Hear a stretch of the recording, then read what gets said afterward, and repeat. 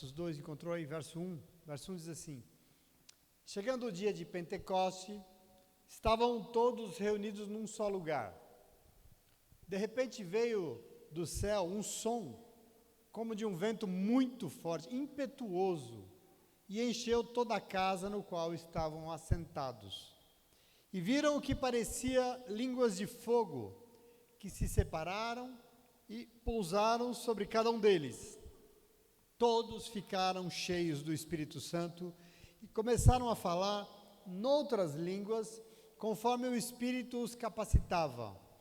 Havia em Jerusalém judeus, tementes a Deus, vindo de todas as nações do mundo.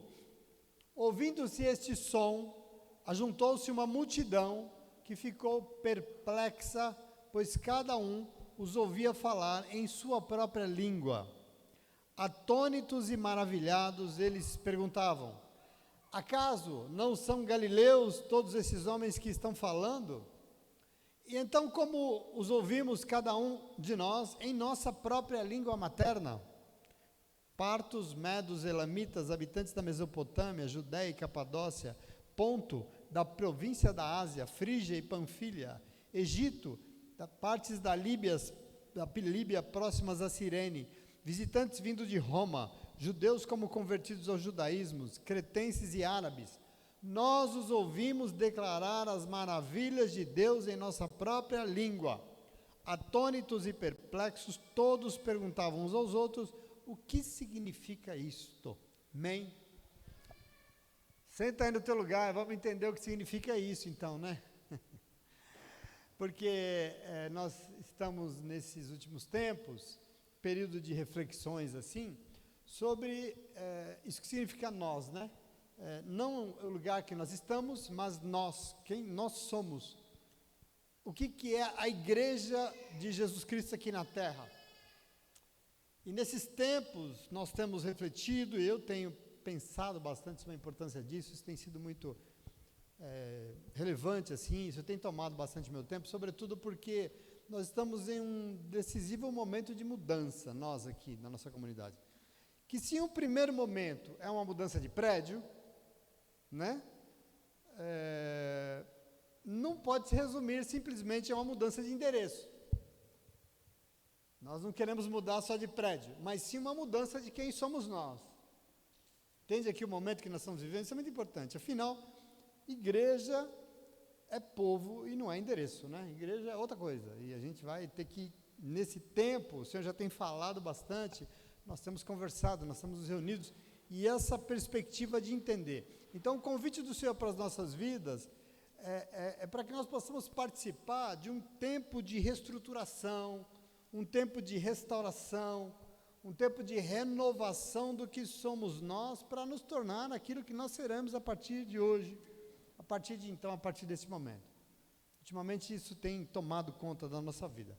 Bom, dentre essas oportunidades de reflexão, nós começamos a ler no nosso outro encontro sobre o livro de Atos capítulo 1, né? Quem estava aqui se lembra? Nós falamos longamente sobre o capítulo 1, e nós vimos um momento em que o Senhor regressou ao Pai, regressou aos céus, né? Só para rememorar você aqui, nós lemos o capítulo 1, e aí Jesus volta aos céus diante de muitos seguidores e seguidoras. Uma plateia estava assistindo ele, e ele volta. E na ocasião, a Bíblia diz que as pessoas ficaram assim, de boca aberta, olhando para o céu, e Jesus foi subindo e sumindo, ele sumiu numa nuvem. E na hora apareceu do lado deles dois anjos, dois homens, e declararam de lado, lançando um desafio enorme, porque os anjos viraram para eles e falaram: o que é que vocês estão olhando para o céu? Vocês estão procurando o quê? Ele, Jesus, voltou para o Pai. Mas não se preocupem, porque ele vai voltar para buscar vocês, um dia ele vai voltar para buscar. Mas enquanto isso, ele não deu ordens muito claras, ele não disse tudo o que tem que acontecer. Portanto, então, voltem para Jerusalém, porque vocês receberão autoridade vinda do céu para cumprir o que ele pediu. O quê? Continuar a obra que ele começou. Essa foi o chamado um pouco que eles... E olha, vocês não farão nada sozinhos. Por quê? Porque do céu vai vir o necessário para que essa obra, para que essa lavoura do reino de Deus continue aqui na terra. Entende o momento da volta de Jesus, de uma obra que foi então deixada para os seus apóstolos? Pois é, na ocasião, a palavra nos ensinou que durante 40 dias depois da Páscoa, 40 dias depois que foi ressurreto, o Senhor continuou aparecendo aos seus discípulos, reforçando tudo que ele havia dito já. Reforçando que ele estava ressurreto, ele tinha ressuscitado, porque ele tinha prometido que ressuscitaria, então ele reforçando que, dizendo o que ele esperava dos seus apóstolos e apóstolas, prometendo que eles não ficariam órfãos. Quer dizer, Jesus apareceu durante 40 dias dizendo, olha, eu não vou deixar vocês, calma, eu vou voltar para o Pai, mas eu vou deixar um outro ajudador, eu vou mandar um consolador, um intercessor para estar com vocês, para ajudá-los a fazer o que é necessário fazer. Esse período de 40 dias em que Jesus vai aparecendo, né? Esse período que nós estamos vivendo, que é depois da Páscoa. E aí, no final desses 40 dias, que ele se manifesta, diz que ele volta aos céus. Foi o que nós lemos semana passada, né? Lembra? Estava aqui comigo? Pois é, hoje nós estamos prosseguindo lendo o que aconteceu mais ou menos uma semana, 9 dias depois. Isso que nós lemos hoje, só para você compreender. Por quê? O texto diz que os apóstolos então obedeceram e eles voltaram para Jerusalém. E quando completou os 50 dias de que Jesus tinha ressuscitado, 50 dias, acontecia entre os judeus uma festa chamada de Pentecostes.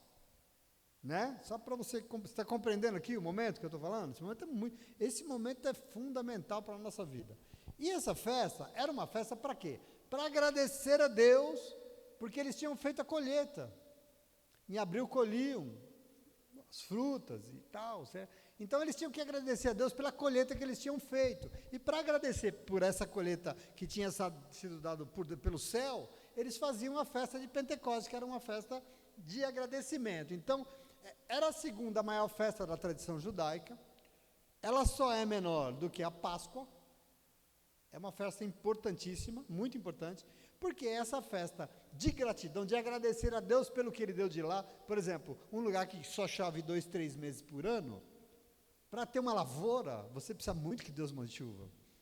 Então, se teve a colheita, nós temos que agradecer a Deus, porque Ele mandou a chuva para a gente colher, senão não teríamos colhido. Então, essa festa que a Torá, a lei, exigia que o povo se reunisse. Era obrigatório. Então, todo mundo ia para Jerusalém para essa festa tal qual a Páscoa. Eles voltavam lá 50 dias depois. Bom, nesse momento de agradecer, o que diz a Bíblia? Que os apóstolos do Senhor estavam em uma casa, reunidos em um só lugar, diz o texto, trancados dentro de casa. Eles estavam trancados. Por quê? Porque eles estavam com medo de morrer, como Jesus acabou de morrer. Então, imagina eles, obedeceram, Jesus falou assim, voltem para Jerusalém, e esperem que descerá do céu autoridade sobre vocês. Eles voltaram, mas chegaram em Jerusalém morrendo de medo, porque se mataram Jesus, vai matar nós também. Então, dentro de uma casa, trancado, com medo dos judeus, diz a Bíblia. Então, nesse momento, lá fora, a festa está animada, porque a cidade está tomada de gente, e todo mundo tinha de agradecer, e havia judeus em Jerusalém, de toda parte do mundo conhecido. E você vai entender por quê. E os apóstolos estavam na cidade também, mas escondidos, trancados dentro de uma casa fechada. E Lucas diz que eles estavam orando e amedrontados, e com certeza muito confusos. Por quê? Porque eles não faziam a menor ideia de quando e nem como tudo se daria, como tudo ia se cumprir. Então imagina que eles, olha, ele mandou a gente voltar, nós voltamos, ele falou isso, tanta coisa foi prometida, mas a gente não faz a menor ideia como e quando isso vai acontecer. Eles estão reunidos, orando, e aí o texto diz uma coisa interessante. De repente, eles foram surpreendidos. E aí eu fico já feliz com isso aqui, porque Deus sempre nos surpreende, não é verdade? A gente está na posição, eles estão aqui obedecendo ao Senhor. Não tudo ainda porque não entendia, mas eles estão e aí o Senhor vem e surpreende. E de repente, um vento veemente, um vento impetuoso sopra e enche toda a casa que eles estavam. No Evangelho de João, capítulo 3, verso 8, diz claramente que o vento sopra onde quer, né? Você ouve o barulho que ele faz, mas você não sabe de onde vem nem para onde ele vai. Por quê? Porque você não vê o vento, certo? Imagine eles dentro da casa ali, ansiosos e aflitos, confusos, sem saber como é que vai. Nós vamos morrer ou ele vai vir, enfim. Jesus, perdão. Jesus está dizendo sobre a ação do Espírito aqui. Naquele dia ninguém viu, mas com certeza ouviram, né? Porque foi um vento impetuoso. Eles ouviram um verdadeiro vendaval, porque todo esse ímpeto do vento, ele era necessário, um vento veemente, impetuoso, diz o texto, que enche toda a casa. E se o dia era de agradecer, mas eles estavam confusos, porque ainda não sabiam nem quando, nem como fariam o que o Senhor esperava, afinal ele prometeu tanta coisa, mas quando será, como será? A obra precisa ser feita, ele disse que nós tínhamos obra para fazer, mas ele não disse como nós vamos fazer. Se esse é o momento, nesse contexto de agradecer, também se transformou um dia do de repente de Deus. Um dia em que o Senhor vem e além da gratidão pelas bênçãos do céu, eles receberam muito mais, porque eles receberam aqui, eles foram revestidos da novidade que vem do alto. Dia de agradecer pelo que Deus nos deu, pois é, eles receberam no dia de agradecer pela colheita que o céu tinha dado, se tornou o dia de receber do céu a autoridade máxima para cumprir o que Deus esperava deles.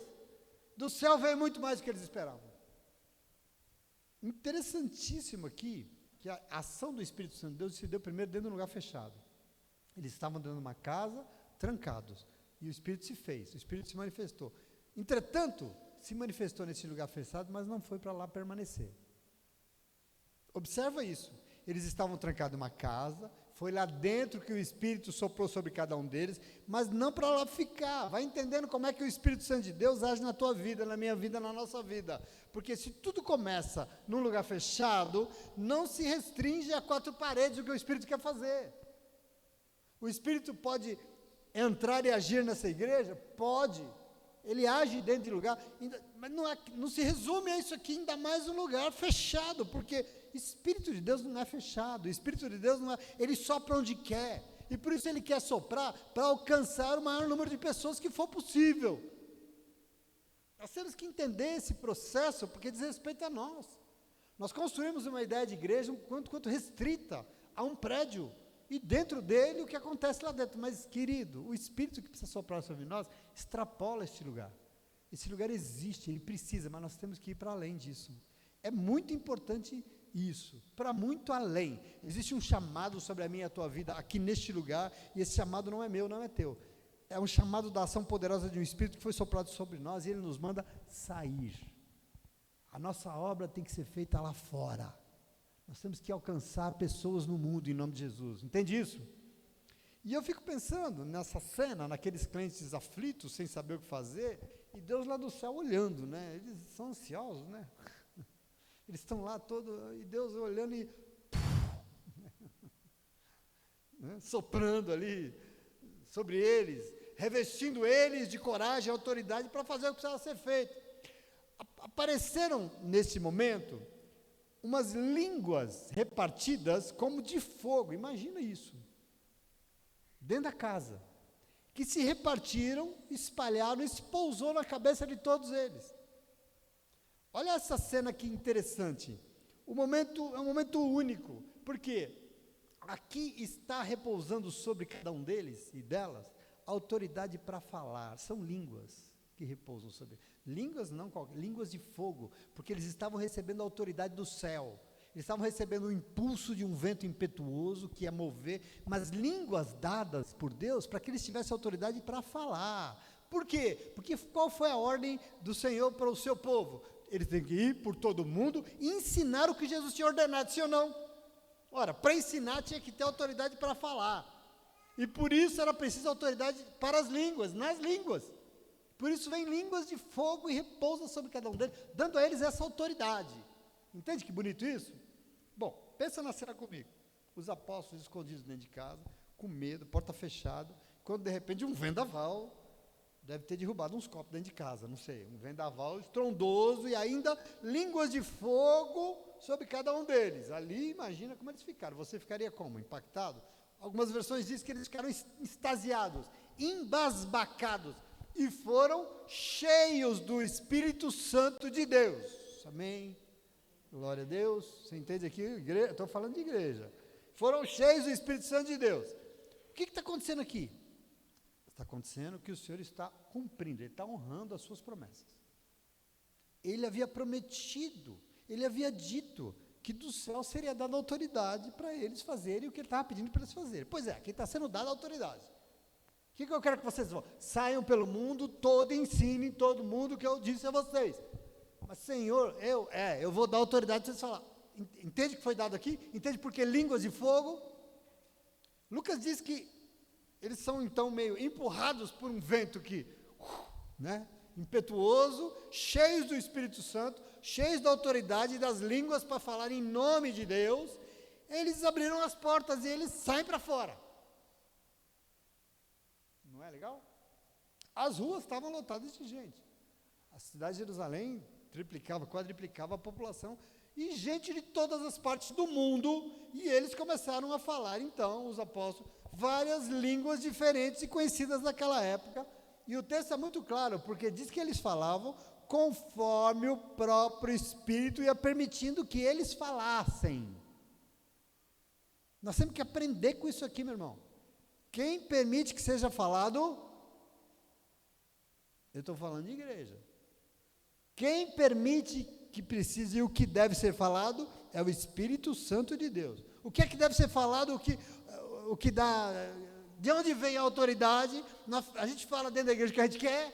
Não, nós falamos o que Ele quer falar, porque quem fala aqui é o Senhor e mais ninguém. Você precisa entender isso, quer dizer, eles começaram a falar, mas eles falavam o que o Espírito permitia que eles falassem, não é saindo falando que dá na telha, não. Tinha ali naquela festa de Pentecostes gente de toda parte do mundo. Por quê? Aí eu falei, Pedro, Marcos, uma população aqui, essa lista de gente, cobria quase todo mundo conhecido, da África, passando por todo o Oriente Médio, indo para a Mesopotâmia, indo para a Europa toda, tem gente de toda parte do mundo. Por que gente do mundo inteiro? Porque tinha judeu espalhado pelo mundo inteiro. Judeu, você sabe, é um povo invadido desde sempre, e nessas invasões o povo se espalhava pelo mundo, a tal da diáspora. Até hoje eles são espalhados pelo mundo. Então, quando tinha festa, que a Torá exigia, o povo do mundo inteiro vinha para Jerusalém. Tinha gente lá que falava todas as línguas do mundo conhecido. Árabe, africano, etíope, falava latim, os romanos, tinha gente do mundo inteiro, estava ali, todo mundo falando, cada um de uma tradição, de uma língua do mundo inteiro. Eles tinham que ir lá nas 3 festas uma vez por ano. Na ocasião, então, que a Torá insistiu, e por isso, nessa festa tinha judeu de todo mundo. E quando eles começaram, eles ouviram um som. Para você ver como foi grande, as pessoas ouviram o som que se fez dentro da casa. Você vê o tamanho do vendaval que foi. Eles ouviram o som, eles foram para lá. Que barulho é esse? Correram lá. E chegaram lá, os apóstolos então abrem e começam a falar em várias línguas. E aí, escuta, esses homens aí não são galileus, né? Esses galileus não sabem nem falar hebraico direito, nem a língua deles. Como é que eles estão falando e eu estou entendendo a minha língua lá do meu país? Que conversa é essa? Como é assim? Que negócio é esse? Como é que cada um de nós, estrangeiros, estamos entendendo na nossa própria língua que essas pessoas simples estão falando? A Bíblia diz que todos ficaram pasmados e maravilhados diante daquela manifestação. Qual manifestação? Manifestação da presença sobrenatural do Espírito Santo de Deus, agindo na vida daqueles apóstolos, dando a eles a autoridade de falar, para quem quiser que seja, em nome de Deus, em nome dEle, porque o texto é claro também, porque eles falavam em várias línguas. O quê? Eles falavam qualquer coisa? Não, o texto diz, eles falavam que eles bem entendiam? Não, o texto diz que eles falavam das maravilhas de Deus, é isso que saía da boca deles, é isso que o Espírito mandou dizer, quem era Deus e o que Deus poderia fazer. Quando as pessoas perguntam aqui, por acaso não são galileus esses que estão falando aqui na nossa língua? Eles estão dizendo assim, por acaso esses aí não são daquela população lá, daquele lugar que não vê nada de bom, da Galileia? As pessoas mais pobres de Israel? O povo lá não sabe nem ler nem escrever, você é analfabeto. Como assim? Eles não têm formação. Eles estão falando na minha língua aqui, lá de Roma, com toda essa autoridade. Autoridade. Meu irmão, pobre tem autoridade? Pobre tem autoridade aonde? No mundo, pobre tem direito de abrir a boca e falar alguma coisa? Deixa eu perguntar uma coisa. Quando o pobre fala, alguém dá crédito? Hã? No mundo não, né? Mas na presença do sobrenatural do Espírito Santo de Deus tem sim. Meu irmão, quando o Espírito se manifesta, aliás, ele se manifesta para isso mesmo, todos nós somos iguais perante Deus, e as nossas capacidades são iguais, e todo mundo tem direito à voz, tem direito de falar e ser ouvido, porque isso é vontade de Deus.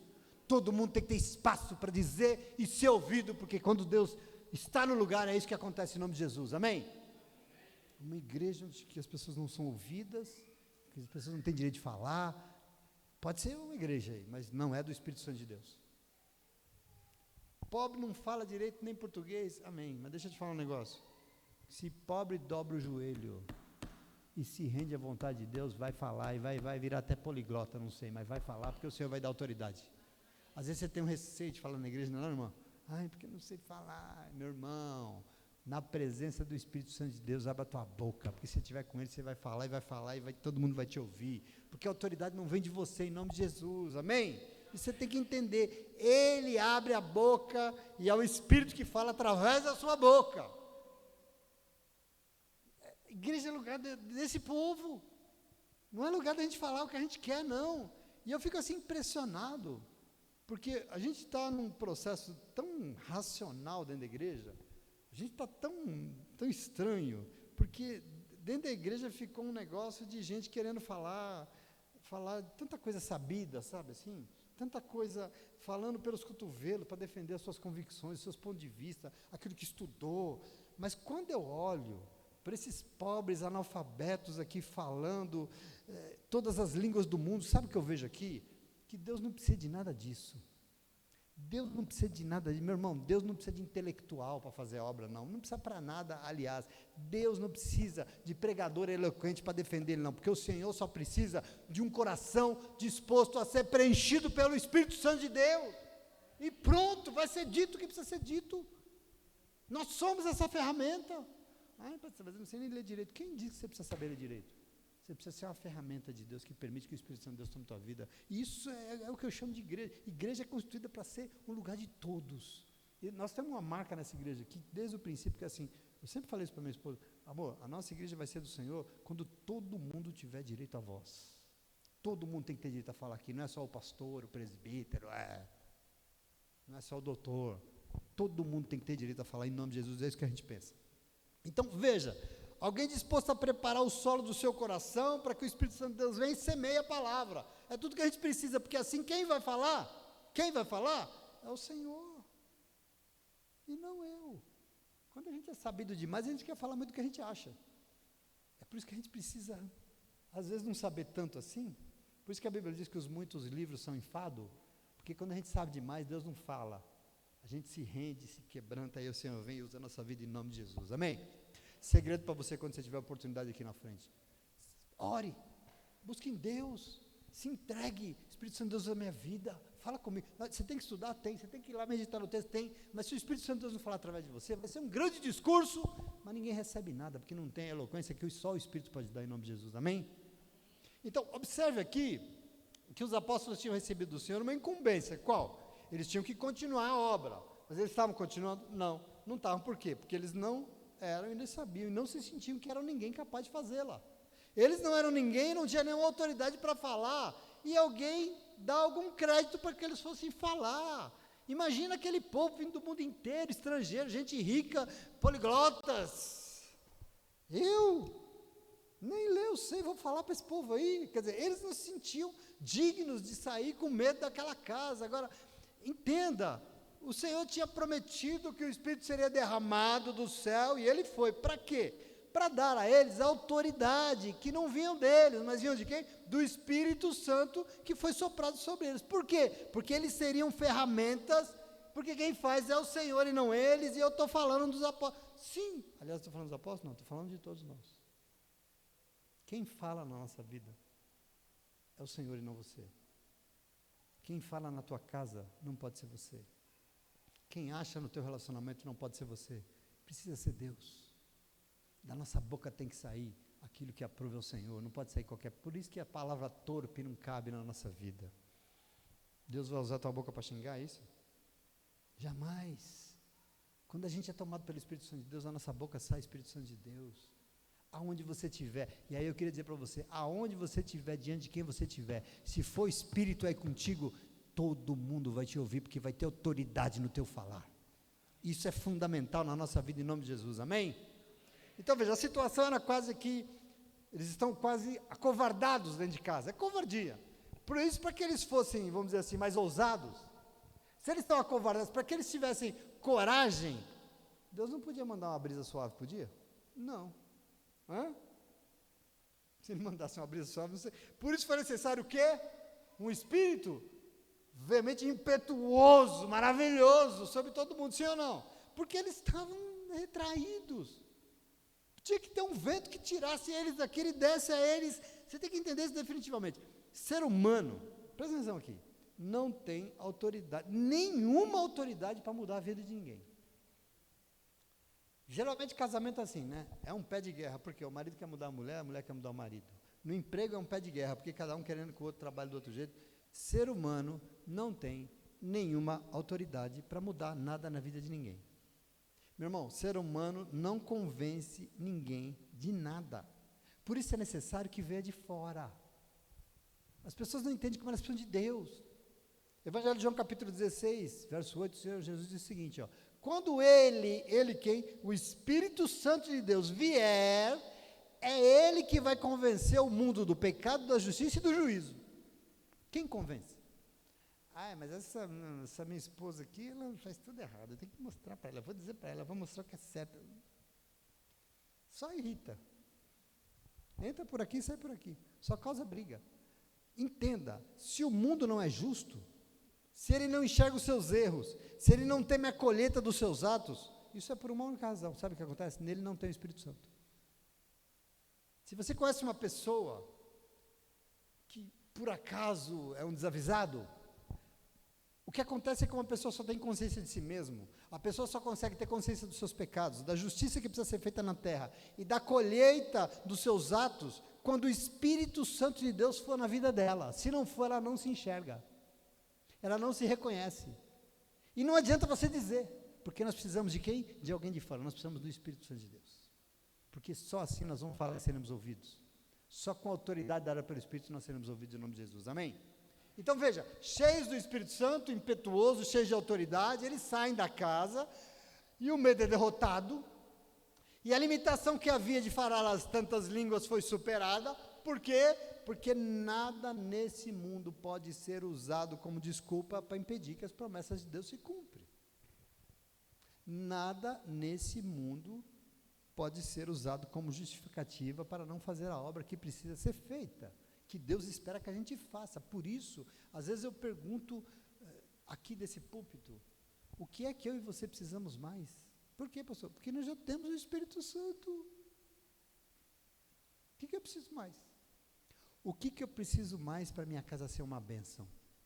O que eu preciso mais para eu ser uma referência na vida dos meus filhos? O que eu preciso mais para ser um homem, uma mulher de Deus lá na minha igreja, lá no ministério? O que eu preciso? Eu tenho tudo, eu tenho o Espírito Santo. Se eu tenho que ter autoridade para falar com os meus filhos, eu preciso ser bem dura e brava, eu preciso do Espírito Santo. Se eu preciso ter autoridade para falar lá no meu ministério, eu preciso de quê? Eu preciso ser bem chato? Eu preciso do Espírito Santo. Então entenda, eu e você já recebemos, mas é importante entender o porquê nós recebemos. Ele já foi soprado sobre a tua vida, sobre a minha vida, mas por quê? O Deus que quer derramar sobre nós tudo o que nós precisamos para ir lá cumprir os propósitos que são dele, entende que nós recebemos, que aquilo que nós já sabemos, que aquilo que já nos foi dado, aquilo que já foi ministrado na nossa vida, aquilo que já foi feito em nós, não pode continuar somente conosco. É por isso que a igreja existe. Esses apóstolos já tinham recebido o Senhor, já tinham sido levantados, já tinham sido salvos, resgatados, caminharam com Ele 3 anos e meio, eles já tinham recebido o Espírito Santo sobre eles já tinham recebido tudo. Aí então agora vão para casa pescar? Não, agora o mundo tem que saber. O mundo tem que saber o que Ele fez. O mundo tem que saber que Ele é Deus, que Ele está vivo. Por quê? Porque precisa. E o que precisa? Precisa de igreja. Você entende que uma igreja do nosso dia está desviada?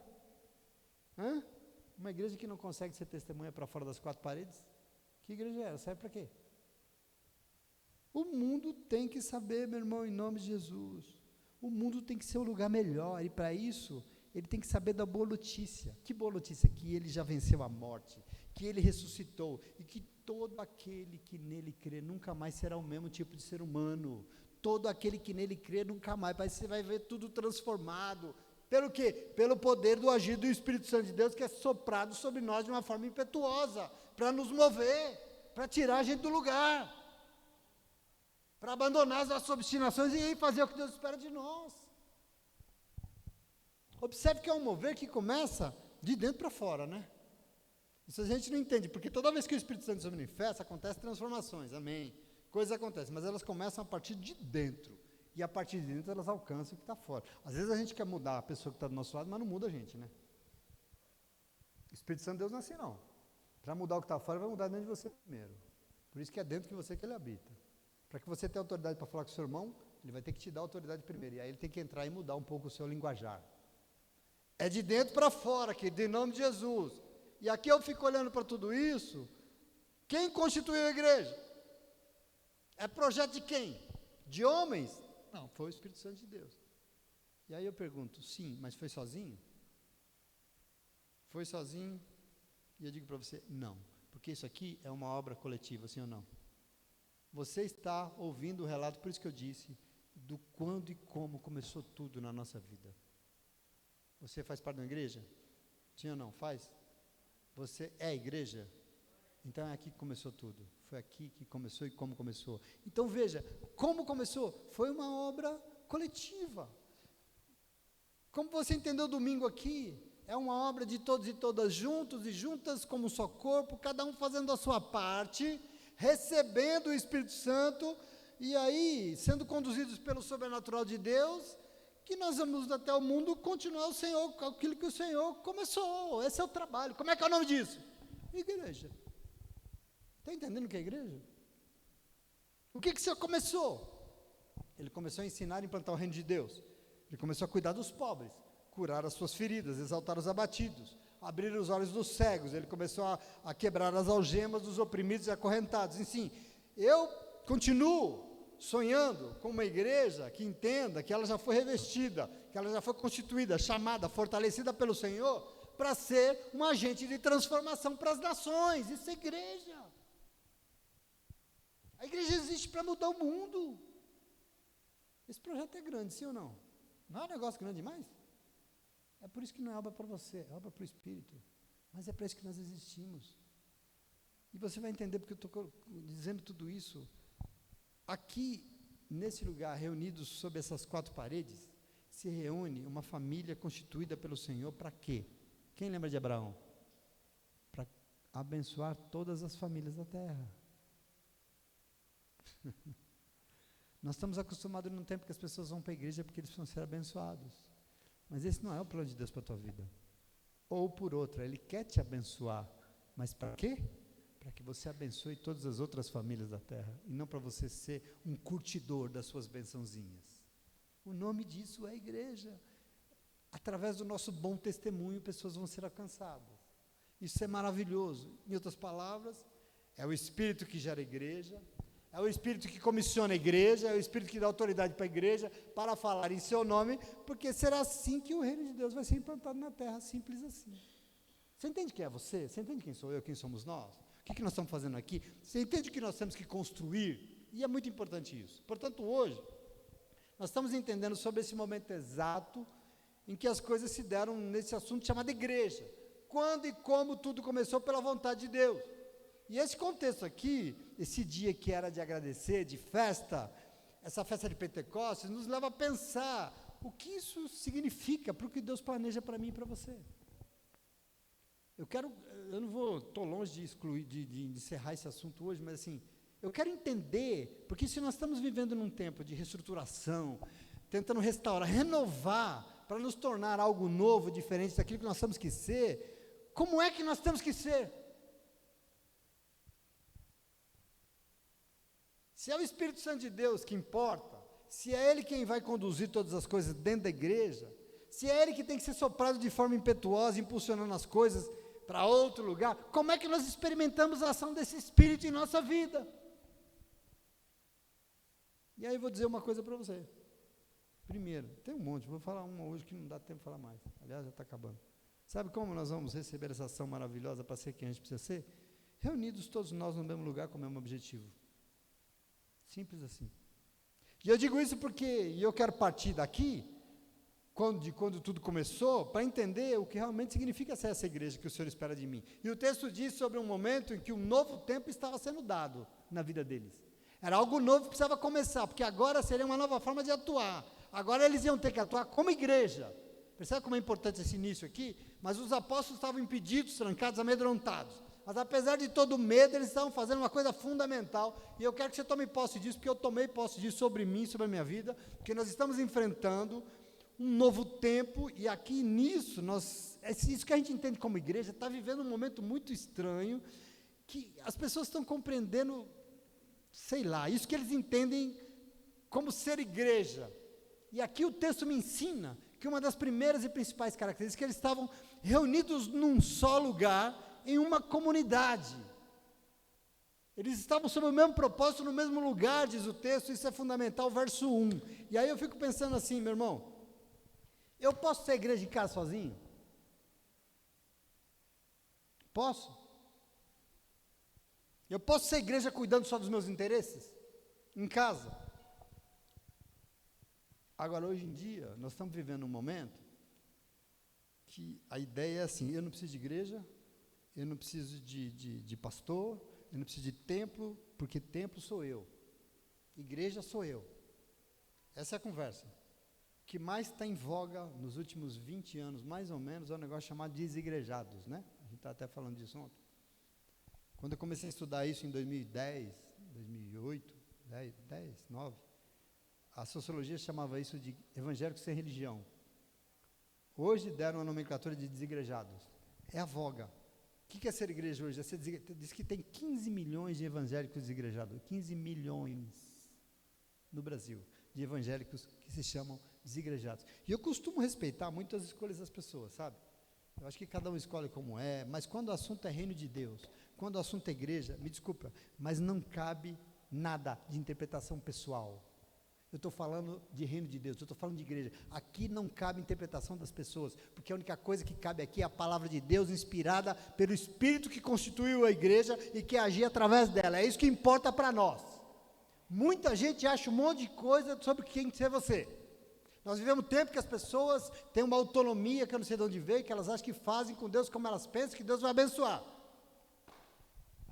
Agora veja, algumas coisas precisam ser dadas aqui, e elas mostram que para o Espírito ser soprado dessa forma impetuosa, eu leio aqui na palavra no verso 1, para que ele venha é necessário, que diz aqui, eles estavam todos reunidos em um só lugar. Eles estavam como junto, como um povo, todos orando, com medo, sim, mas tudo bem. A incerteza daqueles homens, daquelas mulheres, mas eles estavam fazendo o que era necessário para que o Espírito fosse derramado de uma forma tal que houvesse renovação. Estavam reunidos e reunidas todos e todos no mesmo lugar, buscando o mesmo Deus. Não é cada um em casa buscando o que queria de Deus. Algo que foge da compreensão de muita gente quando o assunto é Espírito Santo, é que o Espírito Santo de Deus não está interessado somente em indivíduos. Ah, pastor, mas eu posso fechar a porta do meu quarto e orar lá que Deus vai me ouvir. Eu sei disso. Mas você já se perguntou qual é o plano de Deus para a tua vida?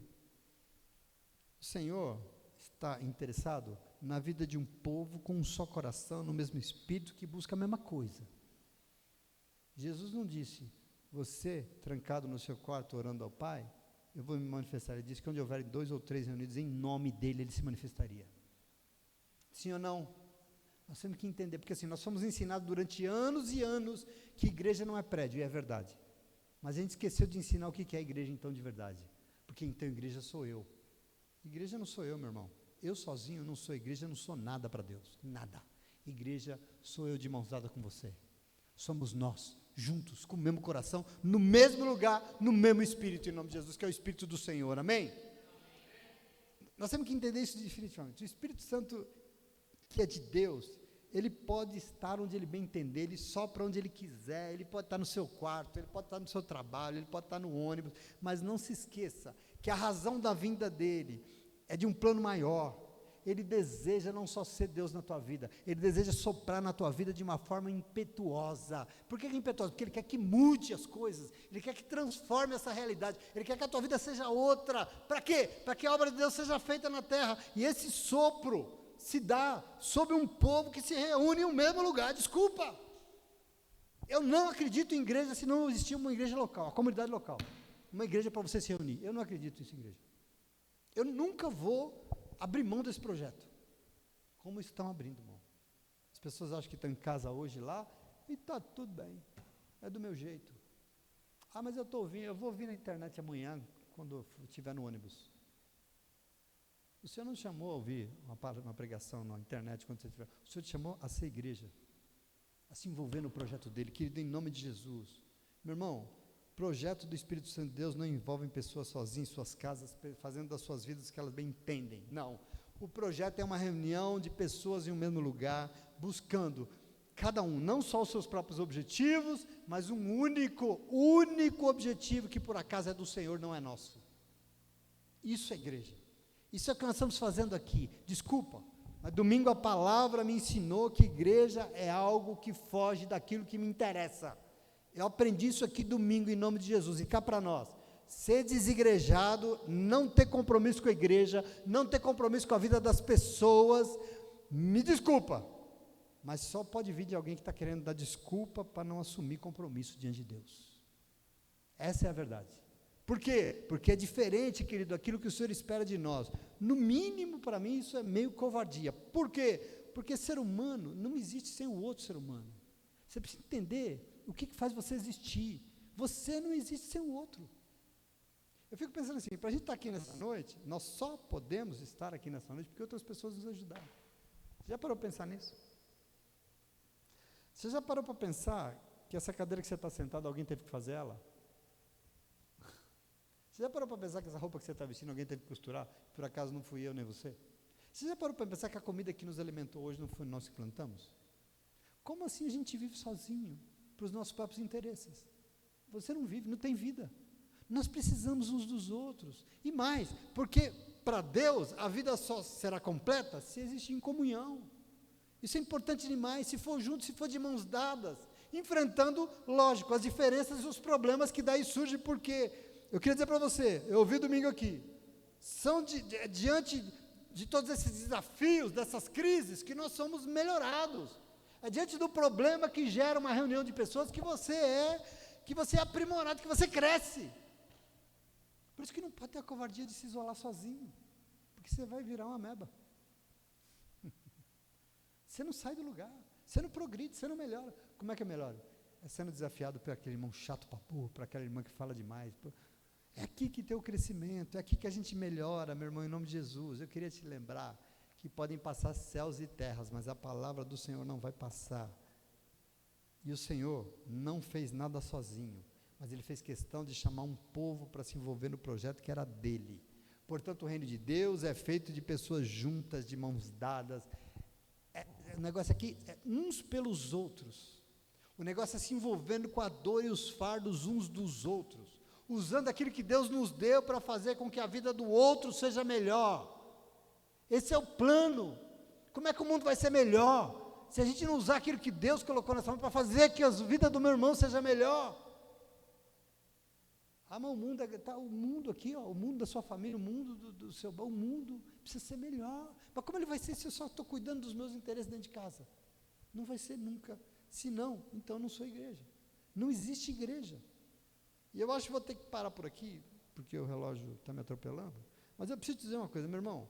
Presta atenção, minha irmã, não cai nesse negócio. Se eu tivesse que pedir para você uma coisa, que não cai nesse negócio não, sabe por quê? Porque estão tentando tirar de você o bem mais precioso que você tem, que é a imagem e semelhança de Jesus Cristo, do nosso Senhor. Estão tentando desconfigurar isso de você. Tudo que Deus fez não foi para te fazer ser sozinho, ser isolado, ser por você mesmo. Deus não fez nada disso. Todo o projeto da criação de Deus é um projeto de conjunto. Quando Deus fez a terra, Ele fez tudo ligado, comunitário, com cumplicidade, com compaixão, com comunhão, com ajuda mútua. O Senhor criou toda a terra nesse contexto. Por quê? Porque a criação só funciona se ela estiver interligada. E Ele criou a humanidade para ser responsável e cuidar de tudo isso. Nós fazemos parte de um todo. É junto o negócio. E ainda quando, presta atenção, tinha algo lá, né, que estava isolado, quando tinha algo lá que não estava funcionando em comunhão, adivinha quem? O ser humano, né? Estava na criação, sozinho. Deus falou o quê? Não é bom que o ser humano esteja sozinho. E nós estamos dentro da igreja achando que nós vamos ser sozinhos dentro de casa. Que vai ser a minha medida, do jeito que eu quero. Querido, em nome de Jesus, se não é bom para o próprio ser humano estar sozinho, por que Jesus falou isso? Por que Deus falou? Porque sem ter o outro, sem ter a outra, alguém como ele, por isso que Deus falou, vou fazer uma pessoa para estar com ele. Se tem alguém como ele do lado, esse tal de ser humano não funciona. Não funciona por quê? Porque sozinho a gente não existe. A vida nos moldes que Deus planejou não existe só no eu. Ela tem que ser no nós. E onde é que nós vamos viver esse nós? Lá em casa agora, sem televisão, é isso? Por isso, reunidos aqueles apóstolos, receberam um movimento impetuoso de Deus e se tornaram o quê? Uma igreja. Uma igreja. Portanto, a igreja movimentada pelo Espírito Santo de Deus não é lugar de indivíduos, não é lugar de vontade pessoal, não é lugar de querer pessoal, não é lugar de interesses pessoais. A igreja movimentada pelo Espírito Santo de Deus é lugar de um povo que se reúne no mesmo lugar, juntos, buscando o mesmo Deus e os interesses do Senhor pelo bem de todo mundo. A gente está inventando um negócio de ir lá para a igreja e para lá ser atendido nas nossas necessidades. O nome disso não é igreja, me desculpem. Por isso, para mim, sem igreja não existe nada, não tem vida, não tem nada. Porque igreja realmente não é um prédio, mas igreja é um povo. Igreja é reunião de pessoas no mesmo lugar, com o mesmo objetivo, em nome de Jesus, amém? E tem um povo aqui, um povo ali, um povo lá, e um monte de gente no mesmo lugar, reunido com o mesmo Espírito, sendo soprado sobre eles, e pronto. Eu não sei se você lembra a palavra que o Senhor escolheu quando Ele falou da igreja, a primeira vez que Jesus fala, Ele falou o quê? Mateus 16, 18, sobre essa rocha edificarei a minha igreja, e as portas do inferno não prevalecerão sobre ela, sim ou não? Você já ouviu isso? Pois é, a palavra que Jesus usou aqui foi eclesia, e você sabe que eclesia aqui significa? É uma assembleia de pessoas, é uma reunião de um povo. Eclesia era o seguinte, as pessoas saíam das suas casas, se reuniam numa assembleia para resolver sobre questões que não diziam respeito somente a ele, mas a todo mundo. Isso é eclesia. Essa é a palavra que Jesus usou. Então, entenda que as coisas que dizem respeito a todos e todas, dizem também respeito a nós. Nós temos que cuidar um dos interesses dos outros. Se o meu irmão, a minha irmã for beneficiada com algo, eu também vou ser. Se o meu irmão está abençoado, eu também vou ser abençoado. É uma cumplicidade, meu irmão, em nome de Jesus. Isso se chama igreja. Você entende isso, sim ou não? Você entende como nós não podemos desconstruir isso? Então me desculpa. Mas desigrejado, é um termo que estão usando muito, é meio sociológico, mas explica um fenômeno, na verdade, que é o individualismo tomando conta da igreja. É um monte de gente individualista dizendo que é igreja. Agora veja, para mim, como pastor, esse negócio não existe. Não existe crente desigrejado, existe crente que nunca foi à igreja nos moldes que o Espírito Santo de Deus constituiu. Nunca foi igreja. Porque quem é igreja de verdade, quem recebeu o sopro impetuoso do Espírito e foi, se envolveu, jamais vai deixar de ser. Jamais. E aí pior que você escuta assim, ó. Mas são pessoas que amam o Senhor. São pessoas que creem em Jesus, mas saíram da igreja porque foram magoadas. Já ouviu isso? A pessoa foi magoada pela igreja, então ela saiu, então ela é desigrejada. Aí ela crê no Senhor. Aí eu falo assim, mas como assim ela crê no Senhor? Quem ama e crê em Jesus, segue os passos de Jesus. Quem ama e crê em Jesus, faz o que Ele fez, sim ou não? E deixa eu dizer uma notícia para você. Jesus Cristo foi o ser humano mais magoado, desconsiderado, maltratado, desprezado, ridicularizado deste mundo. Entretanto, toma posse aqui, ele não foi para casa magoadinho, não, e descrente da igreja, como as pessoas estão fazendo hoje. Muito pelo contrário, porque ele voltou para casa sim, mas ele fez questão de chamar você e a mim para não desistir disso e continuar sendo a igreja dele aqui na terra. Você entende como não justifica isso? Não justifica. Tem um monte de gente em casa agora magoado com esse lugar. Boa sorte.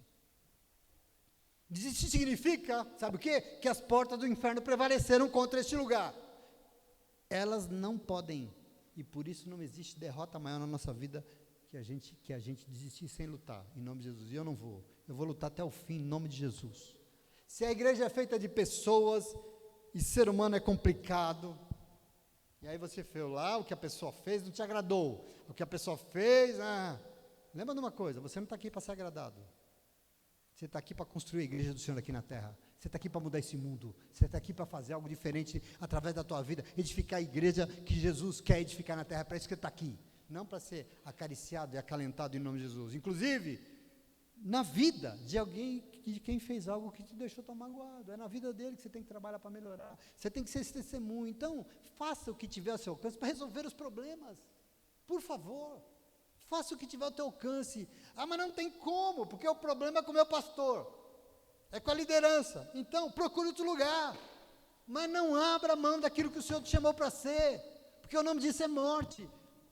Não abra mão disso, porque só vai sobrar você, isolado, sozinho, solitário, e até onde eu entendo, o nome disso é inferno. É inferno, por isso que Jesus disse. O contrário de eclesia é inferno. Sabe por quê? Porque se a igreja é uma assembleia, é um ajuntamento de pessoas, o contrário dessa assembleia é o isolamento, é a solidão. E o nome disso, então, as portas do inferno prevalecerão sobre você, porque você está isolado. Está aí sozinho. Não tem ninguém. Não se envolve, em nome de Jesus. Amém? Então, eu falei demais, mas eu encerro aqui para dizer para você, nós que queremos viver e sermos renovados, estamos reunidos aqui nessa noite, e nós estamos no mesmo lugar. Nós estamos diante do mesmo Espírito. Nós estamos aqui buscando o mesmo Deus. Nós temos o mesmo objetivo. Qual é o nosso objetivo? Receber o sopro renovador do Espírito Santo sobre nós. Receber o pulsar, o movimento, a vida que Deus tem para cada um de nós. A vida que Deus tem para a sua igreja. Para sair daqui transformados e renovados por esse poder impetuoso que só o Espírito tem em nome de Jesus. Amém? O Senhor não quer soprar o seu Espírito sobre uma vida, para cuidar dela, para mimar ela. O Senhor quer soprar sobre um povo e transformar o mundo todo. E o nome disso é a igreja em nome de Jesus. Amém? Você recebe isso? Nós temos que aprender o que é ser igreja. Nós já sabemos que não é o prédio. Amém. Isso todo mundo já sabe. Mas igreja sou eu no meu sofá, lá na minha sala? Não. Igreja sou eu fazendo o que eu acho melhor? Não. Igreja sou eu orando a Deus do jeito que eu quero? Não. Os objetivos até da oração não servem para Deus. Qualquer oração não serve. Isso não é para Deus.